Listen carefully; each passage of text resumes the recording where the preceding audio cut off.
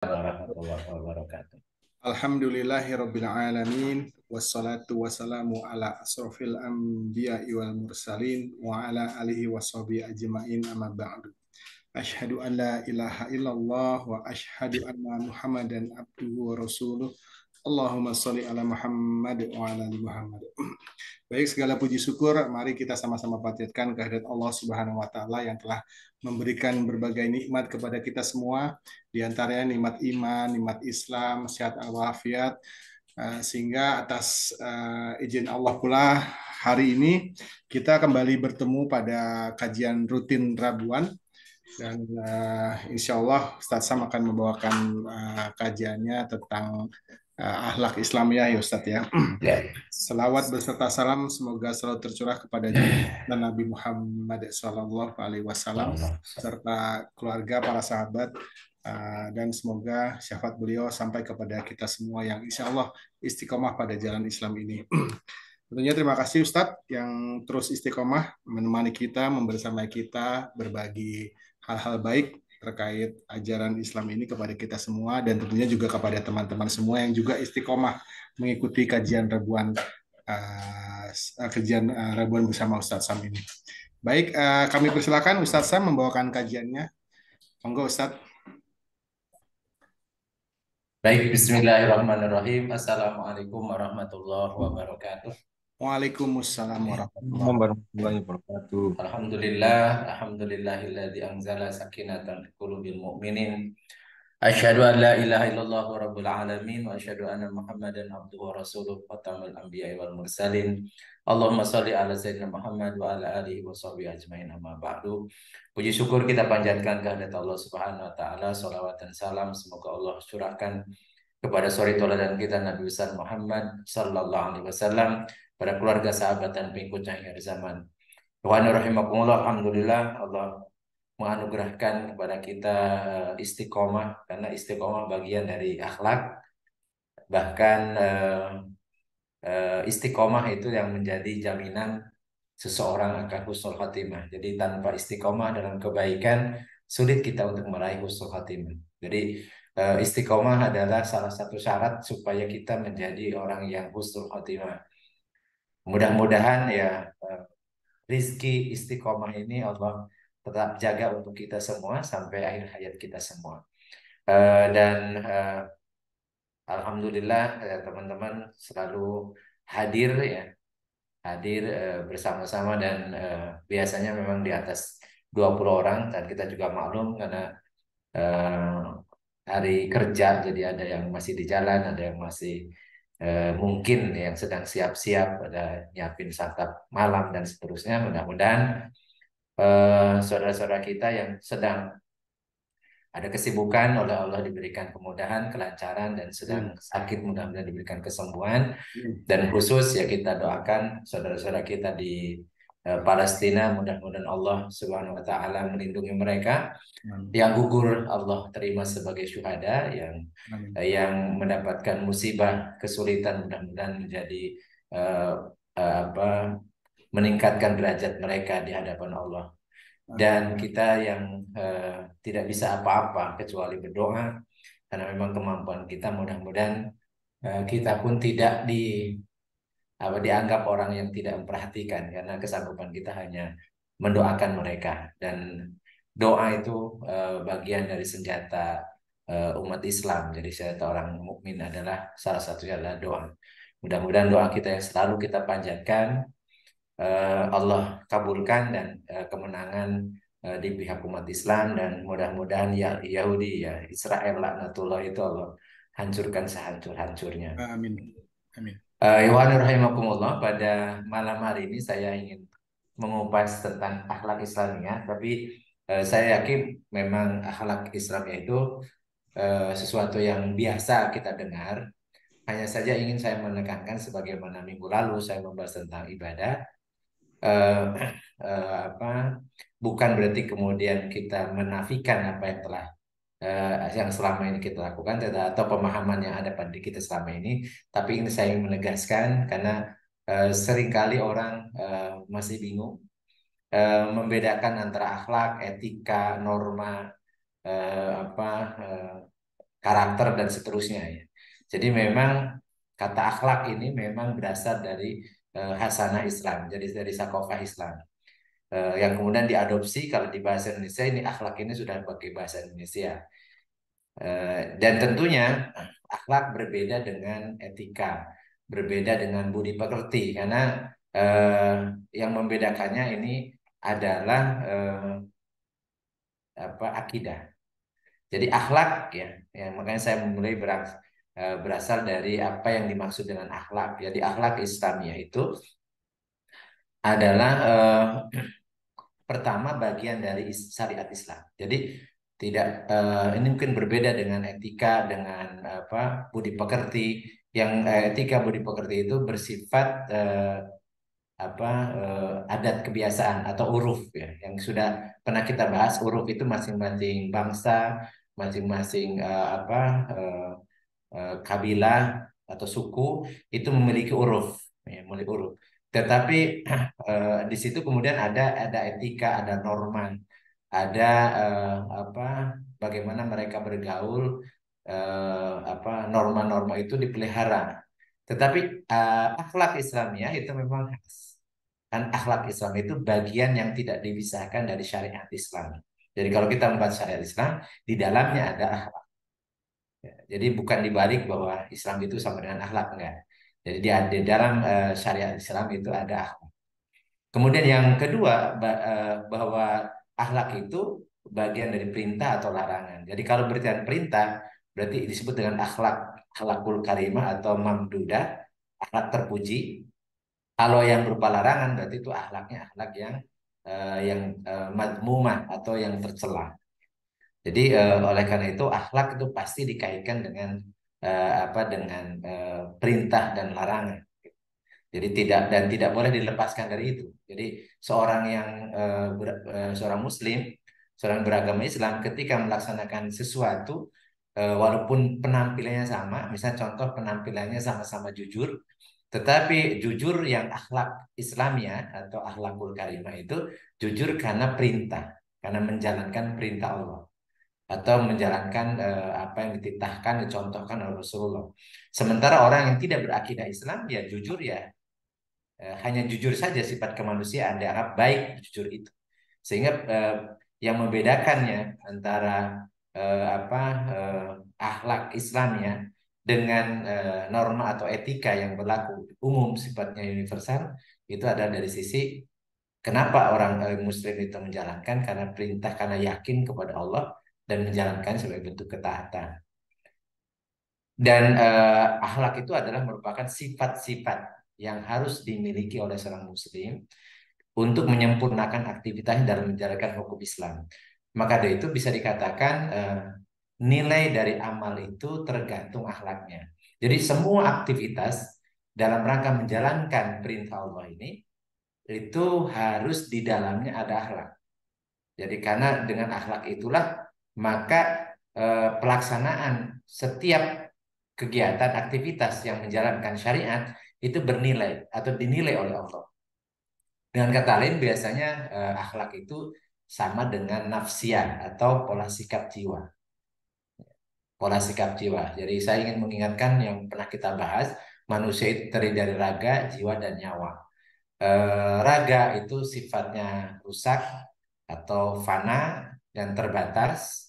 Dan apa yang bisa dilakukan oleh raga itu berupa aktivitas atau disebut amal, kan? Berbuat, beraktivitas, itu dinilai jadi amal soleh kalau disertai dengan jiwa.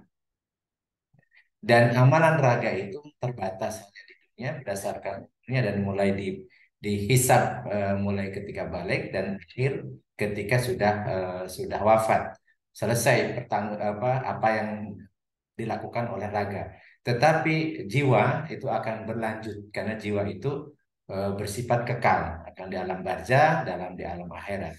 Oleh karena itu ketika kita berbuat beraktivitas kalau tidak menyertakan pola sikap jiwa maka dia mentok hanya untuk dunia. Selesai di dunia, tidak ada keberlanjutannya untuk alam barzah atau alam akhirat. Bahkan kalau seandainya itu dilaksanakan bertentangan dengan perintah Allah Atau walaupun penampilan luarnya seperti yang Islami, tetapi hatinya atau jiwanya tidak berdasarkan keimanan, itu yang dia lakukan oleh orang fik misalnya, malah justru di akhirat, di alam barzah dan di akhirat menjadi beban dia, beban jiwanya. Ya. Oleh karena itu, inilah yang membedakan akhlak seorang muslim dengan yang non muslim, yaitu melaksanakan sifat-sifat yang memang menjadi penciri yang didasarkan kepada keimanannya dia kepada Allah dalam rangka menjalankan Islam. Sehingga ada ulama yang definisikan bahwa akhlak yang mulia itu adalah sifat-sifat yang telah Allah perintahkan kepada seorang muslim untuk dilakukan saat beraktivitas. Jadi akhlakul karimah itu akan tampak pada seorang muslim ketika melaksanakan seluruh aktivitasnya, baik ibadah mahdoh, muamalah dan sebagainya, jika mereka mengerjakannya dengan benar. Sebaliknya kalau misalnya akhlak yang tercela berarti sifat-sifat yang Allah larang bagi seorang muslim ketika melaksanakan aktivitasnya. Jadi tidak boleh melepaskan bahwa ketika kita disebut berakhlak mulia itu apakah itu memang diperintahkan oleh Allah atau tidak. Maka dari itu yang pertama dan utama terkait dengan akhlak itu kaitannya dengan ikhlas. Ikhlas itu terkait dengan niat. Jadi semua aktivitas kita akan dinilai oleh Allah kalau dibungkus dengan ikhlas. Artinya al-qasdunya lillah. Maka dari itu Rasulullah mengatakan innamal a'malu binniyat wa innamal likulli imri'in ma nawa. Hanya sungguhnya amal itu, perbuatan itu tergantung niatnya. Dan seseorang, ya, atau setiap orang akan mendapatkan apa yang ia niatkan. Jadi Allah akan menilai amalan seseorang berdasarkan niatnya. Apakah lillahi ta'ala, al-qasdu lillah atau tidak. Apakah ikhlas atau tidak. Maka itu yang menentukan. Jadi bisa jadi benar perbuatan itu. Tetapi kalau tidak ikhlas, maka Allah tidak akan menilainya. Karena Allah menilai itu berdasarkan dia melaksanakan karena Allah. Karena dasar keimanan pada Allah. Makanya Imam Ibnu Iyad ketika menafsirkan ayat waladhi khalaqal mauta wal hayata liyabluwakum ayyukum ahsanu amala, surat Al-Mulk ya. Ahsanu amala bila menerjemahkan akhlasuhu aswabu atau aswabuhu akhlasuhu. Jadi orang yang paling baik amalnya adalah orang yang paling benar amalnya dan paling ikhlas. Innal amala idza kana shawaban wa lam yakun khalisan lam yuqbal. Beliau mengatakan sesungguhnya amal seseorang meskipun benar tapi kalau tidak ikhlas tidak akan diterima. Wa in kana khalisan wa lam yakun shawaban lam yuqbal. Demikian pula meskipun ikhlas tapi kalau nggak benar juga nggak terima. Hatta yakuna shawaban khalisan. Sehingga perbuatan itu harus benar dan ikhlas. As-shawab muwafiqun li syari, yang benar itu sesuai dengan syariat. Ikhlas al-qasdu lillahi wahdah. Jadi ikhlas itu adalah tujuannya dalam rangka menjalankan perintah Allah semata. Jadi itu inti. Maka dari itu eh, kalau kita cerita tentang akhlak, yang utama dan pertama adalah ikhlas. Dan ikhlas itu akan muncul kalau imannya benar. Imannya benar, meyakini atau akidahnya kuat, meyakini bahwa hanya Allah lah segala hal apapun, Allah yang menjamin hidup, Allah yang mengatur hidup, Allah yang akan meminta pertanggungjawaban dan seterusnya. Sehingga ikhlas ini merupakan inti dari akhlak, inti dari akhlak, sehingga semua yang kita lakukan akan dinilai oleh Allah kalau al-qasdunya adalah tujuannya, niatnya karena melaksanakan perintah Allah. Tanpa itu maka sebagai mungkin sifat-sifat baik saja.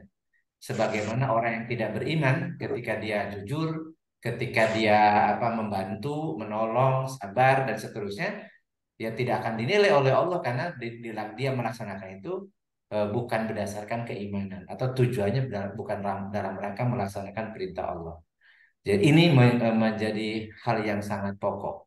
Jadi yang pertama ikhlas adalah sumber atau akhlak yang paling istimewa dan itu sumber kebaikan berikutnya. Jadi akhlak-akhlak yang lain atau sifat-sifat baik yang lain yang muncul itu berangkat dari ikhlas dulu. Semuanya dibungkus dengan keikhlasan sehingga kemudian Allah akan menilai bukan dari besar atau kecilnya amal tetapi dari segi ikhlas atau tidaknya amal. Jadi bisa jadi kecil perbuatannya, tapi ikhlas menjalankannya, maka Allah akan menilainya yang biasa, melipat gandakan pahala. Sebaliknya, menurut pandangan manusia itu besar sekali perbuatan itu.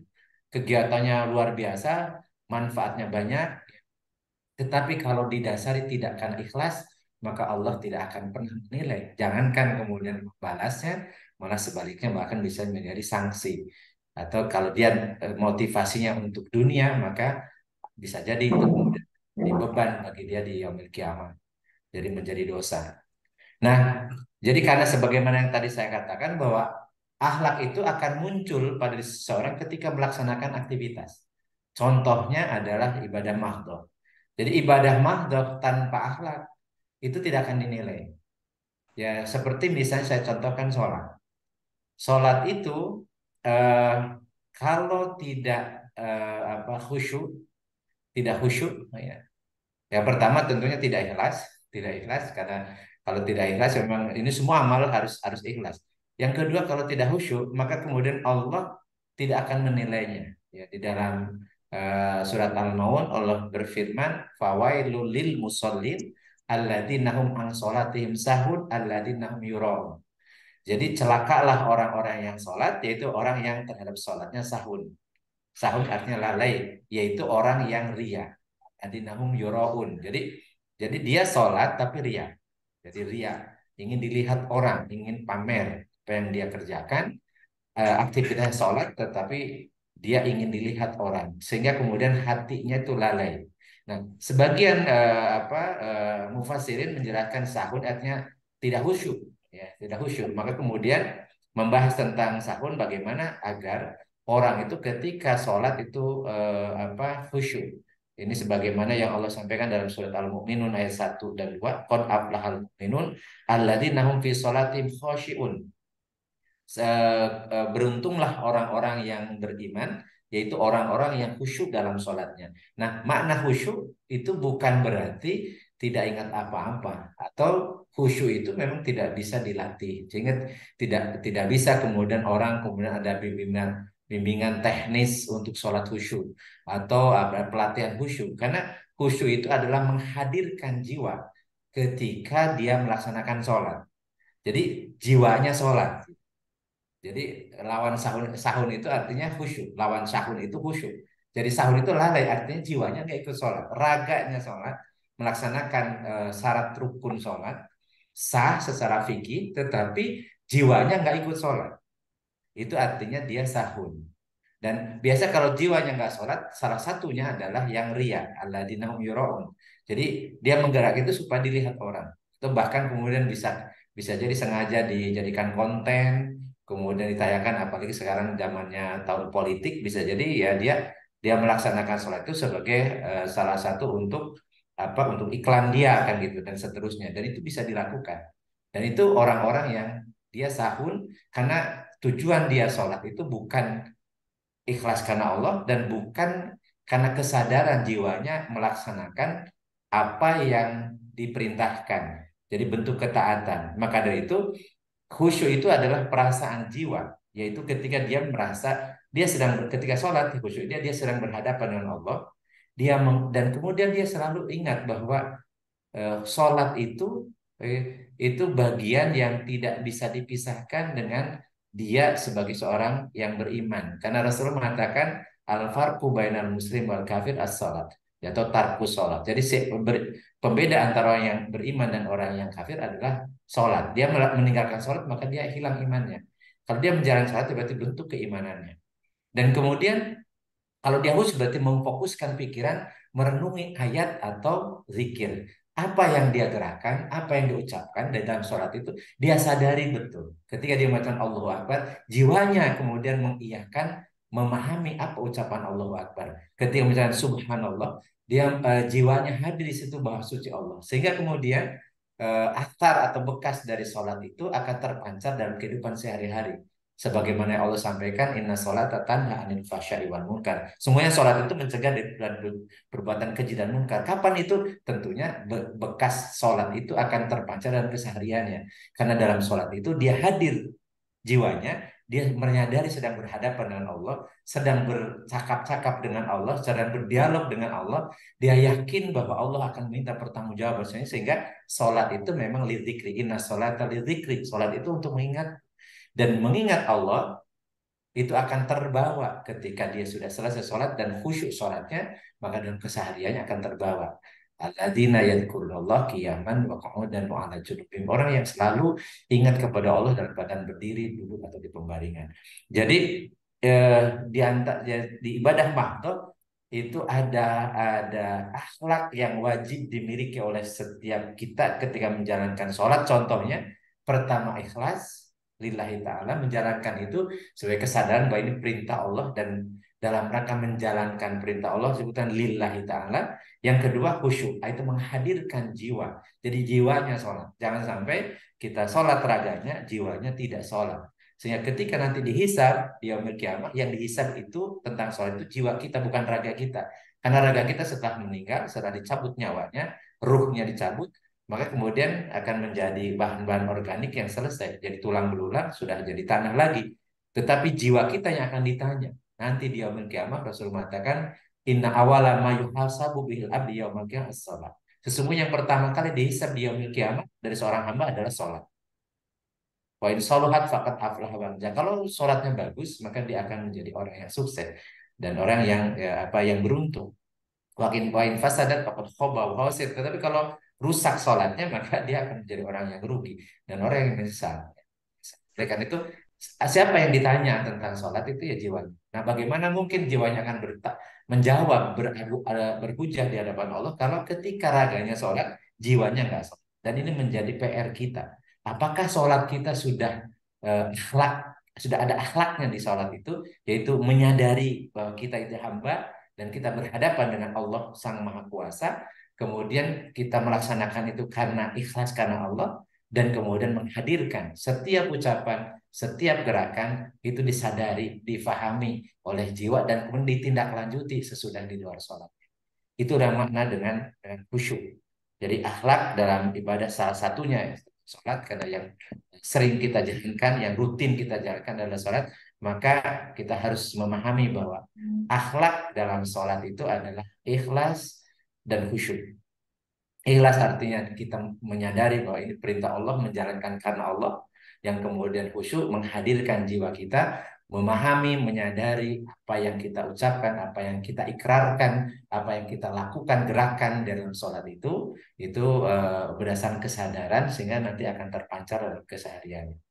Nah, kemudian misalnya akhlak dalam berdakwah. Ini juga karena ada orang yang berdakwah tetapi di situ akhlaknya hilang. Jadi sangat sangat disayangkan, dakwahnya adalah bagian dari kewajiban kita semua. Karena yang diperintahkan untuk berdakwah itu semua umat Muhammad. Rasul mengatakan, balighu anni walau ayat, sampaikan dariku meskipun satu ayat. Jadi dalam Islam itu tidak ada rijaluddin, tidak ada ahli agama. Semua kita ini tidak ada yang menjadi spesialisasi. Jadi yang dakwah itu hanya ustadz saja, enggak. Semua dari kita ini punya kewajiban yang sama. Perintah Allahnya itu berlaku untuk seluruh umat Muhammad. Ya, ketika Allah menyatakan ud'u ila sabili rabbika bil hikmah, di situ nyampaikannya kepada Rasul. Serulah oleh wahai Muhammad ke jalan Tuhanmu dengan hikmah wal mau'izatil hasanah wajadilhum billati ahsan, dan bermujadalah ya, mau itu hasan dan mujadalah dengan yang cara yang baik. Perintah kepada Rasul, perintah kepada seluruh umatnya. Sebagaimana firman-firman yang lain bahwa perintah kepada Rasul, perintah juga kepada seluruh umatnya. Jadi tidak ada spesialisasi. Sehingga kita juga harus menyadari bahwa ketika berdakwah ada guide-nya, dicontohkan oleh Rasulullah, dan kemudian dibimbing oleh Allah Subhanahu wa taala. Di dalam surat Ali Imran ayat 159 sangat tegas. Fabima rahmati minallahi lintalah. Maka disebabkan rahmat dari Allah Ta'ala, kamu wahai Muhammad berlaku lemah lembut. Jadi berdakwah itu harus lemah lembut. Nggak bisa kemudian dakwah dengan kemudian ya, kalau orang Sunda bilang sentak sengor. Jadi kasar, kata-katanya macam-macam itu. Nggak bisa, karena ini gairnya dari Allah ya, dan dijalankan oleh Rasulullah. Karena maka kan disebabkan rahmat dari Allah lah kamu wahai Muhammad berlaku lemah lintalah. Walau kunta faddan ghalidhal qalbi lam faddu min haulika. Kalau seandainya kamu bersikap keras, lagi berhati kasar, tentulah mereka akan menjauhkan diri dari sekelilingmu. Ya. Dan kemudian kalau ada yang kemudian apa orang Sunda yang ngelihat ya, dikasih tahu dengan baik-baik, kemudian ini kata firman Allah, fa'fu anhum wastaghfir lahum. Maka maafkanlah mereka dan mohon ampunlah untuk mereka. Jadi karena tidak semua ketika kita berdakwah, karena kita punya kewajiban hanya tabligh, hanya nyampaikan. Sedangkan yang memberi hidayah adalah Allah Subhanahu wa taala.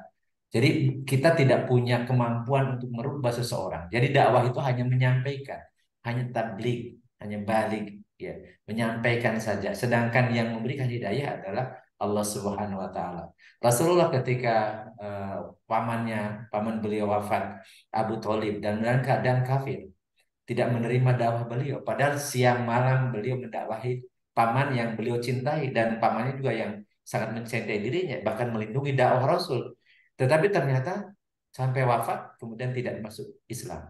Ketika bersedih Rasulullah SAW bersedih, kemudian Allah menurunkan innaka la tahdi man ahbabta walakin Allah yahdi may yasha. Sesungguhnya engkau wahai Muhammad tidak akan mampu memberikan hidayah kepada orang yang kau cintai, tapi Allah lah yang akan memberi hidayah kepada siapa yang Allah kehendaki.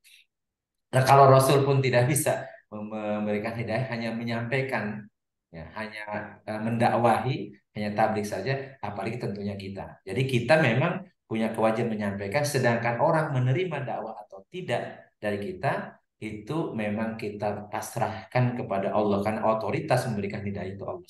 Tetapi kewajiban kita mendakwahi adalah melekat pada diri kita.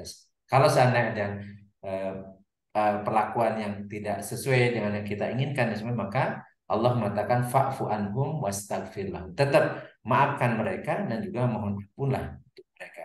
Terutama orang yang sudah eh, muslim, ya sudah muslim yang kemudian dia misalnya keterikatan terhadap syariatnya lemah, ya, nggak baik dan seterusnya, jangan kemudian kita apa malah kita jauhi atau malah kita laknati gitu ya. Ya, tentunya yang mendapat laknat itu orang yang jelas-jelas kafir atau orang fik. Sedangkan orang yang sudah beriman, tetapi kemudian dia melakukan maksiat, dia malas beribadah, maka posisi kita hanya menyampaikan, mengingatkan, menasehati, tetapi yang akan memberi hidayah adalah Allah. Wasyawirhum fil amri fa idza azamta fatawakkal. Dan biasakan kemudian kita juga ketika berdakwah itu biasakan musyawarah. Wasyawirhum fil amri. Jadi menetapkan atau macam-macam itu memang indikasinya bahwa kita ini harus berdakwahnya berjamaah, nggak bisa sendirian. Karena namanya musyawarah pasti melibatkan beberapa orang. Dan Allah memerintahkan ini mengikat kita. Wasyawiruhum fil amri. Dan bermusyawarah kalian dalam fil amri, dalam apa? Dalam berdakwah tentunya. Ya, dalam fil amri, dalam urusan Islam. Faida azam tafatak, tetapi tetap yang punya azam kita. Ya, maka kemudian kita tawakal kepada Allah, artinya jalankan sepenuh hati, kemudian dengan sungguh-sungguh istiqomah, maka itulah tawakal. Jadi tawakal itu bukan pasrah, tidak berusaha. Jadi tawakal itu sebagaimana saya pernah menyampaikan, tawakal itu adalah aktivitas maksimal, tetapi hasil diserahkan kepada Allah. Inallah yuhibbul mutawakkilin, semuanya Allah mencintai orang-orang. Jadi ini etika berdakwah. Jadi tidak benar kalau dakwah kemudian eh, apa isinya nadhiron semua.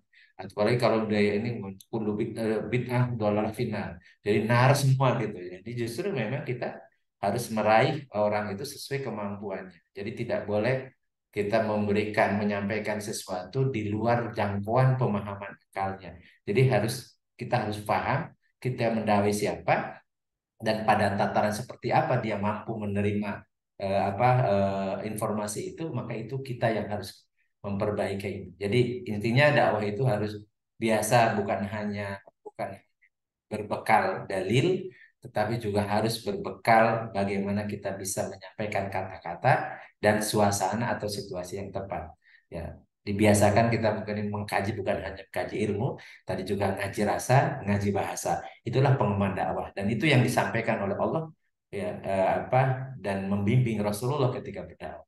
Dalam surat Al-Imran ayat 159. Kemudian ada juga etika atau akhlak ketika mengkritik penguasa. Jadi dalam Islam ingat, mengkritik penguasa itu bagian dari fardu kifayah. Jadi fardu kifayah muhasabah lil hukam. Justru dalam Islam itu penguasa itu memang biasa dikoreksi. Ya, ad-dinu nasiha gitu. Ad-dinu nasiha. Agama ini kan nasihat.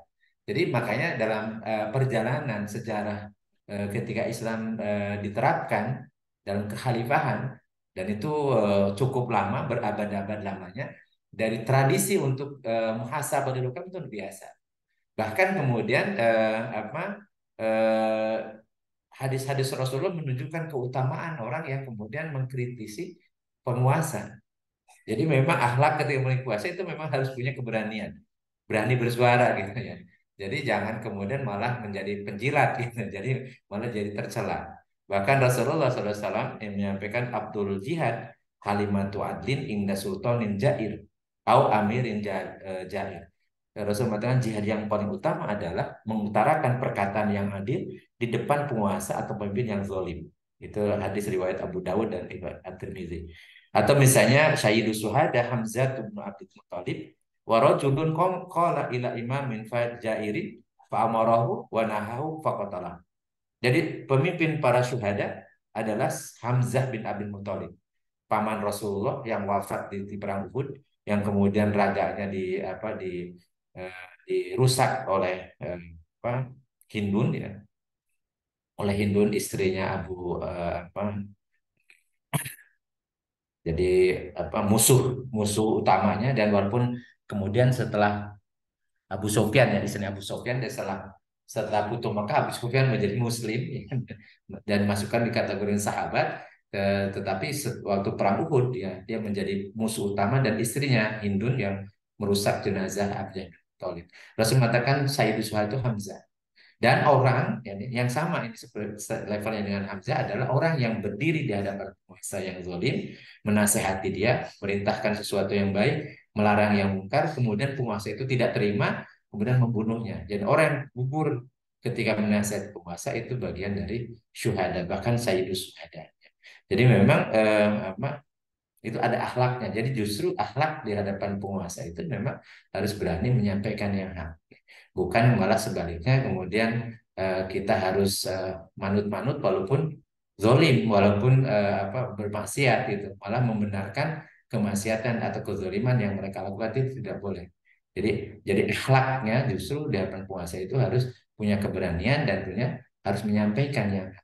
Walaupun mungkin dampaknya bisa buruk, ya, buruk. Kemudian misalnya akhlak juga dalam berhadapan dengan musuh.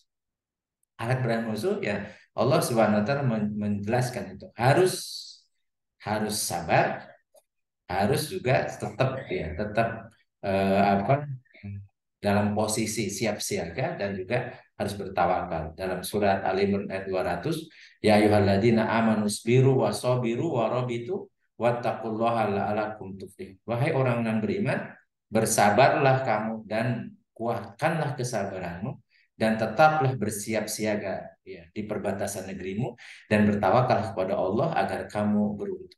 Jadi tidak benar kalau kemudian berhadapan dengan musuh ada orang yang malah nyuruh hijrah, nyuruh keluar, nyuruh pergi ya. Sebagaimana yang sekarang viral. Itu akhlak yang tercela banget. Bahkan kalau lari dari medan tempur itu akan dianggap sebagai dosa besar dalam Islam itu. Jadi kalau berhadapan dengan musuh seperti saudara-saudara kita di Palestina, ya dia harus sabar di situ. Harus tetap yang menjaga menguatkan kesabarannya, kemudian harus siap siaga terus dan kemudian bertawakal pada Allah. Dan tidak ada sesuatu yang tidak mungkin bagi Allah. Ingat perjalanan sejarah Rasulullah SAW ketika dari mulai perang Badar yang perbandingannya 1 banding 3 dengan musuh, tetapi kemudian karena kesabaran, tawakalnya Rasulullah dan para sahabat, kemudian mampu mengalahkan orang Quraisy di perang Badar. Demikian pula dalam perang-perang yang lain, ya. Sehingga himbauan-himbauan yang diberikan oleh katanya pemuka agama kemudian malah suruh melarikan diri, suruh meninggalkan lokasi dan seterusnya itu bukan akhlak yang benar. Jadi akhlak yang benar ketika berhadapan musuh adalah di situ dia tetap berhadapan gitu. Jadi tidak jadi pengecut.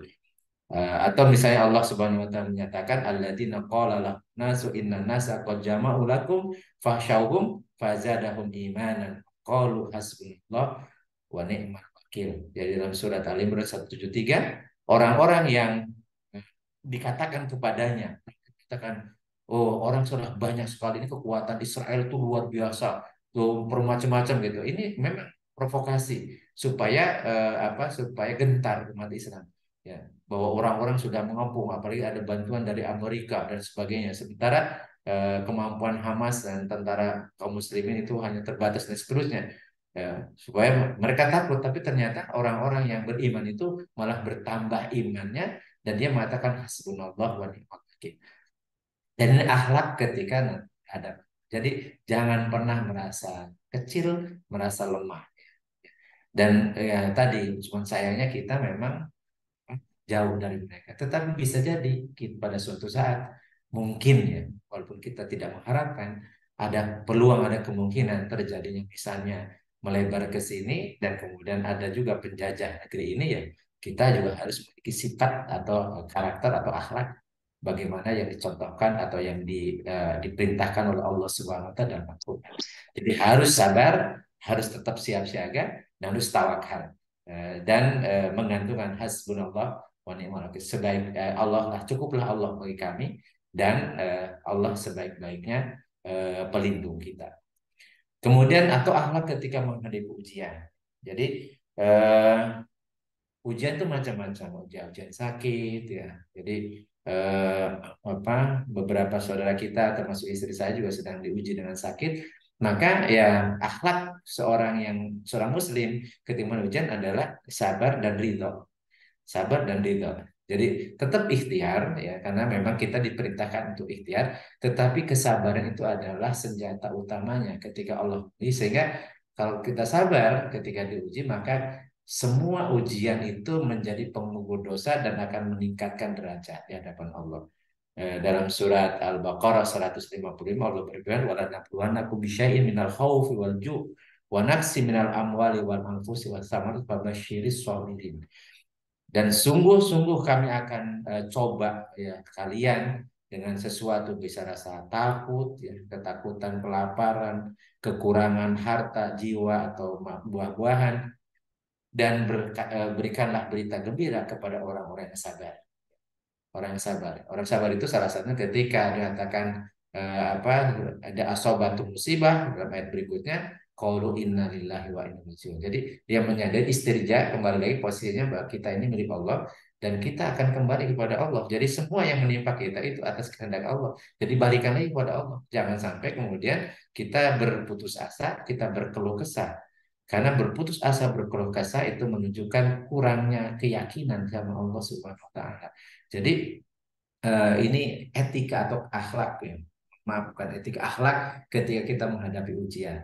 Atau di dalam sebuah hadis Rasulullah mengatakan, ya, inna idhamal jazai ma'a idhamil bala'i wa inna allaha idha ahabba qauman ibtalahum faman radiya falahu aridha wa man sakhata falahu sakhata. Sesungguhnya pahala yang paling besar ya, atau sesungguhnya besarnya pahala itu disesuaikan dengan besarnya ujian ya. Sesungguhnya Allah apabila mencintai satu kaum atau mencintai seseorang, maka Allah mengujinya. Barang siapa yang ridho akan ujian itu, maka Allah akan meridhoinya. Dan barang siapa yang justru marah ketika diuji, tidak ridho, maka kemudian Allah pun jadi marah. Jadi Allah juga murka kepadanya. Jadi memang ridho itu artinya ya Allah menguji kita dan pasti ujian itu sesuai dengan batas kemampuan kita. Karena Allah tidak akan mungkin membebani sesuatu kecuali dengan mampunya. La yukallifullahu nafsan illa usaha. Jadi ini akhlak seorang muslim ketika diuji. Sabar, ridho, dan tentunya tetap berikhtiar karena pemahaman tawakal itu adalah berusaha maksimal berikhtiar tetapi keputusan diserahkan pada Allah. Sakit kita berobat tetapi kemudian sembuh atau tidak itu diserahkan sama Allah. Jadi jangan justru sebaliknya. Jadi keluh kesah dan seterusnya. Sehingga ini kalau akhlak ini dijalankan maka semua yang rasa sakit akan menggugurkan dosa, akan meningkatkan derajat atau pahala di sisi Allah, dan kemudian menjadi ujungnya kebaikan. Apapun akhirnya, apakah akhirnya kemudian sampai wafat atau akhirnya sembuh. Jadi semuanya menjadi kebaikan. Kemudian atau misalnya akhlak ketika memperoleh kesuksesan. Jadi ada dua hal, ada ketika sukses atau ketika diuji dengan musibah. Apabila kita sukses, sukses itu relatif. Yang dimaksud sukses itu atau beruntung memang utak yang intinya adalah sukses sesudah di dunia. Maksudnya ketika kita wafat, husnul khatimah itu sukses sebenarnya. Tetapi ada sukses-sukses yang sementara di dunia. Maka kalau kita diberikan kemudahan, kesuksesan, kelapangan, rizki dan seterusnya, maka itu ada akhlaknya, yaitu pertama bersyukur, yang kemudian yang kedua sholat dan berkorban. Jadi ini sesuatu yang tidak bisa dipisahkan. Allah SWT berfirman dalam surat Ibrahim ayat 7, wa ita'adana rabbukum la in syakartum la azidannakum wa la in kafartum inna adzabi lasyadid. Dan ingatlah ketika Tuhan memaklumkan bahwa sesungguhnya jika kalian bersyukur, ya bersyukur pasti aku akan tambah. Lazi dan aku akan tambah nikmat. Walain kafartum, tapi kalau kufur nikmat, inna adzabil lasyadid, sungguhnya siksaku sangat pedih. Jadi syukur itu artinya berterima kasih. Dan tanda berterima kasih adalah semakin dekat ya. Ketika kita memperoleh sesuatu dari seseorang misalnya, kita kemudian mengucapkan terima kasih dan melakukan sesuatu yang membuat si pemberi senang. Demikian pula pada Allah, dan Allah itu yang memberi segala sesuatu pada kita. Jadi ketika kita dipenuhi apa yang kita minta, apa yang kita inginkan, mestinya kita berterima kasih, yaitu bersyukur, dan dengan cara melaksanakan apa-apa yang membuat Allah suka. Allah suka artinya Allah ridho. Jadi bukan sebaliknya, bukan dianggap syukur, bukan dianggap berterima kasih kalau kemudian menjalankan sesuatu yang malah mendatangkan murka atau semakin jauh dari Allah. Jadi syukur itu identik dengan takarub, ya, mendekat diri kepada Allah. Jadi semakin Allah memberikan nikmat yang banyak, maka kita semakin takarub. Dengan cara seperti apa? Di dalam surat Al-Kautsar itu dijelaskan inna a'tayna kal kautsar fasholli li rabbika wanhar. Sesungguhnya kami telah memberikan kepadamu nikmat yang banyak. Maka di situ ada ya, in dan maka ada syarat dan jawab. Maka karena Allah telah memberikan nikmat yang banyak, fasolli, maka sholatlah. Jadi sholat itu bentuk syukur. Karena sholat adalah bentuk takarub. Tetapi ingat, itu dinilai oleh Allah kalau ikhlas dan khusyuk. Dan khusyuk penuh kesadaran. Jadi sholat itu sarana kita sebagai bentuk syukur kita atas nikmat yang Allah berikan, baik yang kita minta ataupun yang tidak kita minta, karena lebih banyak yang tidak diminta oleh kita dan Allah siapkan. Maka kalau orang tidak sholat, maka itu orang yang kufur nikmat dan disangsi oleh Allah, inna adzabi lasyadid, sungguhnya siksaku sangat pedih. Jadi dakwanha dan berkorbanlah, walaupun seringkali ini dipersempit hanya berkorban di setiap tanggal 10, 11, 12, 13 Zulhijjah. Tetapi wanhar ini bisa pengembangannya banyak. Jadi berkorban untuk meraih ridho Allah. Jadi berjuang dan seterusnya, yang definisi umum tentang berkorban itu bisa digunakan. Jadi kita berkorban, mengorbankan tenaga, mengorbankan pikiran, mengorbankan harta dan seterusnya, itu dalam bentuk atau dalam rangka bersyukur atas Allah, atas nikmat yang Allah berikan kepada kita. Karena Allah menyatakan inna a'tainakal kautsar. Sesungguhnya kami telah memberikan nikmat yang banyak. Maka sholat dan berkorban. Dan berkorbannya. Oleh karena itu, akhlak ketika kita memperoleh kesuksesan adalah syukur dan kemudian sholat dan berkorban. Dan masih banyak lagi, dan setiap amal yang kita lakukan itu mesti harus ada akhlaknya, yaitu sifat atau pola sikap jiwa, atau nafsiyah. Karena tanpa pola sikap jiwa, semua amal kita, ya, sama amal kita, ya, pola sikap jiwa maksudnya kesadaran hubungan kita dengan Allah, itu namanya ruh, ya, idroksilah, bila kesadaran hubungan kita dengan Allah, maka kemudian Allah tidak akan menilai sebagai amal soleh. Jadi intinya syarat disebutkan amal soleh itu harus memang ketika menjalankan hukum-hukum Allah itu didasari dengan akhlak sebagaimana yang Allah perintahkan. Tentunya akhlak yang di sini adalah terkait dengan perintah atau contoh. Sedangkan akhlak yang tercela adalah ketika Allah melarang. Jadi Allah melarang riya, berarti kalau ada orang berbuat riya berarti itu akhlaknya akhlak yang tercela. Ketika di Allah menyuruhnya kita jujur, kemudian dia malah suka berbohong, ya, berdusta, maka dia berarti akhlaknya akhlak tercela. Dan semestinya kita sebagai orang yang beriman selalu menjaga akhlak kita ini akhlak yang mulia dan istiqomah menjalankan perintah Allah dengan ditampilkannya berdasarkan akhlak atau pola sikap jiwanya. Dijalankan sesuai dengan syariat, kemudian ketika melaksanakannya akhlak melekat pada setiap apa yang kita lakukan. Kalau kita sedekah, maka ikhlas harus yang kemudian kemudian ketika memberikannya itu tidak dengan menghina, tidak kemudian mengungkit-ungkit, tidak kemudian malah eh, apa meng, apa eh, apa tujuannya memang untuk supaya dia disebut orang dermawan dan seterusnya. Itu akhlak. Mungkin itu yang ingin saya sampaikan dan saya kembalikan ke Kang Arya. Alhamdulillah ini ada 28 Ya, teman-teman kita yang bergabung. Dan tentunya ya komentar ya komentar karena akhlak ini memang bukan untuk di apa di apalagi diperdebatkan gitu ya ya tapi memang untuk kita amalkan ya. Enggak Kang Arya, ya Assalamualaikum. baik. Waalaikumsalam warahmatullahi. Terima kasih Ustadz atas penyampaiannya terkait akhlak Islamiyah. Ya Ustadz tadi udah menyampaikan ya Ustadz ya bahwa akhlak Islamiyah itu bagian dari syariat Islam Ustadz ya, dan bagian dari perintah dan larangan Allah Subhanahu Wa Taala. Dan Ustadz juga sudah menyampaikan apa namanya akhlak dalam ibadah mahdoh, dalam sholat misalnya, dalam berdakwah, beriktimuasa dan beberapa akhlak-akhlak lainnya. Baik, saatnya buat teman-teman di sini yang sudah hadir ada 27, 28 Ustadz ya. Yang telah Ya. bergabung, terima kasih.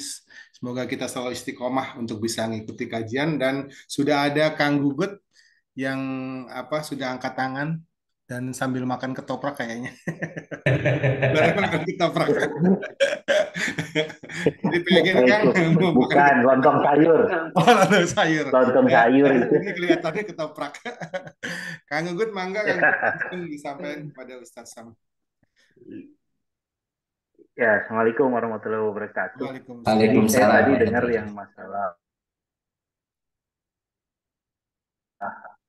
mahnya dengar mengenai ini yang apa Kang Ustadz tuh cerita kalau masalah apa melawan sama siapa sama yang pemimpin atau yang apa namanya penjajah yang zolim itu loh Kang. Ya. Itu. Halo kedengeran nggak suaranya Kang? Kedengaran kedengaran. Beneran Kang? Oke, oke. Nah, terus kan gini Kang, ini termasuk sama penguasa gitu ya. Nah, misalnya ada penguasa yang apa namanya, istilahnya ketahuan lah sama kita bahwa dia hanya mencari apa namanya, mencari nama baik lah, kayak apa, mencari pencitraan lah kasarnya kayak gitu. Terus kita lawan, apa satu satu lawan satu lah dalam kondisi diskusi. Nah, pernah kejadian itu ujungnya dikucilkan lah. Nah, kan banyak sekali orang yang ketakutan karena dikucilkan sehingga dia kesulitan untuk apa ya memperoleh kegiatan lainnya gitu. Jadi ini sebetulnya yang sering kita alami kan seperti itu. Jadi ada rasa ketakutan ini nih Kang Ustadz yang dalam melawan tuh apa ya anggaplah kalau misalnya ke Palestina yang jauh gitu, mungkin yang di dalam negeri sendirilah gitu loh kan. Itulah yang sering terjadi sehingga apa ya namanya emang kalau misalnya kan sulit sekali ya buat kita gitu apalagi kalau misalnya hubungannya sama kerjaan lah anggaplah Iya. pekerjaan kita sendiri gitu gara-gara kita Iya. melawan kebijakan yang berzolim misalnya itu yang sering terjadi gitu loh Kang Iya. Kang Ustadz itu Iya. yang ininya yang dihadapi Iya. kami lah kurang lebih kayak Iya. gitu Kang pertanyaannya mungkin Iya. ya Maka. gimana lah ini kondisi realitasnya seperti itulah gitu Iya. kan baik itu aja Iya. kira-kira Iya. Kang Ustadz ya Assalamualaikum warahmatullahi wabarakatuh. Waalaikumsalam warahmatullahi wabarakatuh. Dan ini memang kondisi bisa jadi kita juga mengalaminya ya. Jadi berhadapan dengan sesuatu yang tidak benar, artinya intinya tidak benar menurut syariat ya. Tidak benar menurut syariat, artinya dia melakukan Ya, sesuatu kebijakan yang memang bertentangan dengan kebenaran dan seterusnya, atau melakukan kezoliman bahkan kemudian apa pada tindakan sampai kemudian membahayakan atau mencelakakan orang, menzolimi orang lah intinya. Lalu bagaimana kalau seandainya ya, ada kan manusia ya manusia karena manusia itu punya namanya gorizatul baqo. Jadi salah satunya adalah ketika dia berhadapan dengan sesuatu yang membahayakan, gorizatul baqo kita itu kalau kalau kemudian menurut perhitungan pertimbangan dia bisa mengatasi, maka dia muncul keberanian. Ketika kemudian dia tidak bisa mengatasi ya yang halangan atau rintangan yang dihadapi, maka kemudian dia menjadi takut, khawatir gitu ya, khawatir. Dan ini karakter ini manusia ini memang harus mendapatkan guide, ya, mendapatkan bimbingan, ya, bimbingan. Dan Allah adalah sebaik-baiknya yang membimbing gitu ya, karena semuanya berujung kepada Allah gitu ya. Jadi pertama kalau kalau kita berhadapan dengan sesuatu yang menurut logika kita itu sulit kita mengatasinya atau ada kekhawatiran yang besar terkait dengan kehidupannya, rizkinya dan seterusnya. Maka yang seperti ini memang harus ada upaya sungguh-sungguh menguatkan kembali akidah. Dan sebagaimana tadi yang saya sampaikan bahwa ketika orang-orang mengatakan ini orang manusia sudah mengapung kamu, ya akan menghancurkan kalian. Maka kemudian orang-orang beriman akan bertambah iman lagi dengan mengatakan hasbunallah wa ni'mal wakil. Atau dalam surat At-Taubah yang terakhir hasbiyallahu la ilaha illa wa alaihi tawakkaltu wa rabbul arsyil azim. Artinya Allah mengikatkan kembali yang harus ditakuti itu justru Allah. Karena sezolim-dolimnya manusia paling berujung mematikan atau dia membunuh atau paling ujungnya kematian. Dan kematian bagi orang-orang yang istiqomah dalam ketaatan adalah pintu kebahagiaan abadi. Itu harus menjadi mindsetnya. Jadi tidak boleh kemudian dia malah kemudian menjual, ada dia mendiamkan atau bahkan dia ngikut karena untuk dapat jaminan yang tanda petik yang sementara, yang sedikit, yang hanya beberapa saja kenikmatan selama di dunia, kemudian mengorbankan kebahagiaan di alam barzah dan di akhirat yang khalidina fi abada. Sehingga yang ditekankan dalam Al-Quran atau yang dicontohkan oleh Rasul adalah menguatkan kembali akidah. Bukan kemudian dia menyerah, kemudian bahkan kemudian karena ketakutan menjadi penjilat. Ya sebagaimana yang kita lihat ada orang-orang yang kemudian jadi penjilat karena ingin agar kepentingan dunia dia tidak tidak hilang atau dia atau misalnya dapat kesempatan yang menurut dia kesuksesannya itu tidak akan terwujud ya. Jadi yang ditekankan dalam Islam itu justru penguatan akidah tentang rizki. Rizki itu Allah yang ngatur. Jadi sumber rizki itu bukan dari pekerjaan. Sumber rizki itu dari Allah. Ar-rizku biyadillahi wahdah. Rizki itu tangan Allah semata. Dan bagaimana kita kadang khawatir nanti anak-anak kita gimana. Ingat anak kita makhluk Allah yang disiapkan rizkinya untuk mereka. Dan itu harus menjadi keimanan kita. Dan kaitannya bagaimana kalau dia kemudian membunuh kita? Kematian itu, ajal itu juga Allah yang menetapkan. Ya, la yasulul mautu illa biintihail ajal. Tidak akan terjadi kematian kecuali ajalnya sudah habis. Artinya sudah ada, sudah datang. Ya, mau kematian itu karena ulah bisa penguasa atau orang yang punya otoritas atau dengan hal yang lain. Jadi misalnya bagi saudara-saudara kita di Palestina, yang memang mereka ya penampil yang kita nampak di hadapan kita adalah itu kezoliman, kemudian dibombardir dan seterusnya. Tapi bagi mereka itu ya memang ketentuan Allahnya mereka wafat menjadi korban ya kebiadaban Israel. Tetapi itu di dunia yang menurut kita itu kasihan gitu ya, kasihan, sedih bagi kita. Tapi di sisi Allah itu adalah kemuliaan, keistimewaan kan gitu ya. Yang mungkin kita ini sulit untuk meraihnya, untuk meraihnya sulit gitu. Makanya kenapa kemudian mereka tuh bersemangat, malah kemudian ada seorang ibu, dia ketika suaminya meninggal kemudian syahid ya, dia kemudian menyampaikan ke ini ya, dan kemudian dia bersyukur karena apa suaminya ajalnya dalam keadaan syahid gitu. Jadi itu kan luar biasa karena keimanan. Nah, maka dari itu akhlak Nah, ketika kita berhadapan dengan kezaliman itu adalah kita harus punya membangun keberanian. Memang harus tahu memang syaratnya. Jangan kalau misalnya ini memang ini apa ini cadas keras ya jangan dibenturkan. Tetapi bagaimana caranya? Tetapi tidak boleh kita mendiamkan, tidak boleh membenarkan sesuatu hal yang penyimpangan. Intinya gitu. Apalagi kemudian kita karena itu kepentingan dunia, kemudian kita larut ikut menjadi penikmat. Jadi itu yang jadi masalah. Jadi ya minimalnya bukannya makanya kan dengan berubah kan Rasulullah mengatakan man ra'a minkum munkaran falyughayyiru biyadi. Siapa yang melihat kemungkaran maka rubah dengan tangan. Maksudnya dengan kekuasaan. Kalau dia punya otoritas itu. Jadi sepadan lah bisa berubah dengan kekuasaan. Fa'ilam yastati fabilisan. Kalau dia tidak sanggup, tidak punya kekuasaan, tidak punya kekuatan, tidak punya otoritas untuk itu, maka kemudian dengan lisan menasehati.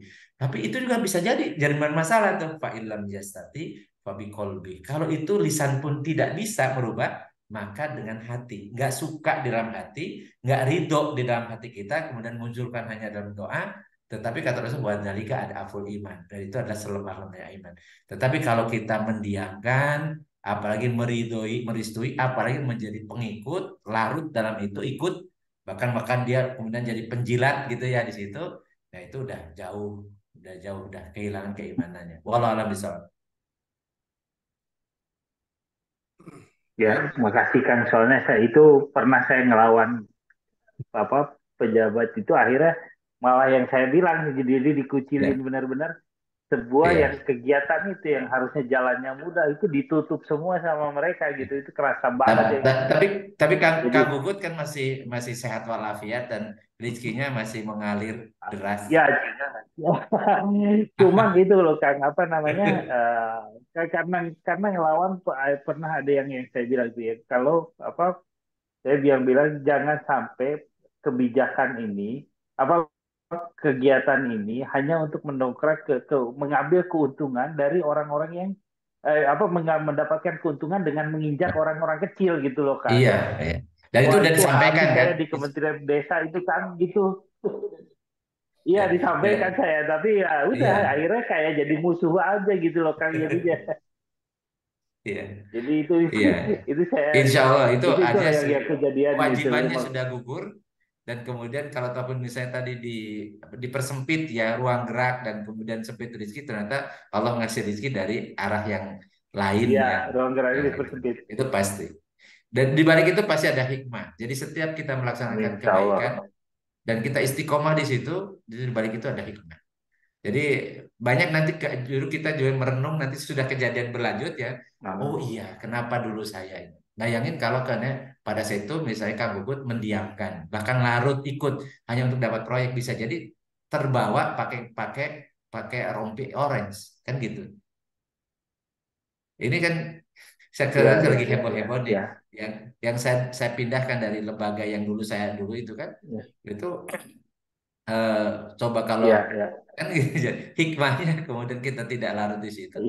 Misalnya. Jadi ya ya seperti itulah hidup gitu. Jadi kalau kita berpegang teguh istiqomah dalam kebaikan dan kita bisa menyampaikan sesuai kapasitas kita, nah maka pasti Allah akan tadi kekhawatiran-kekhawatiran yang tadinya ada di benak kita itu hilang.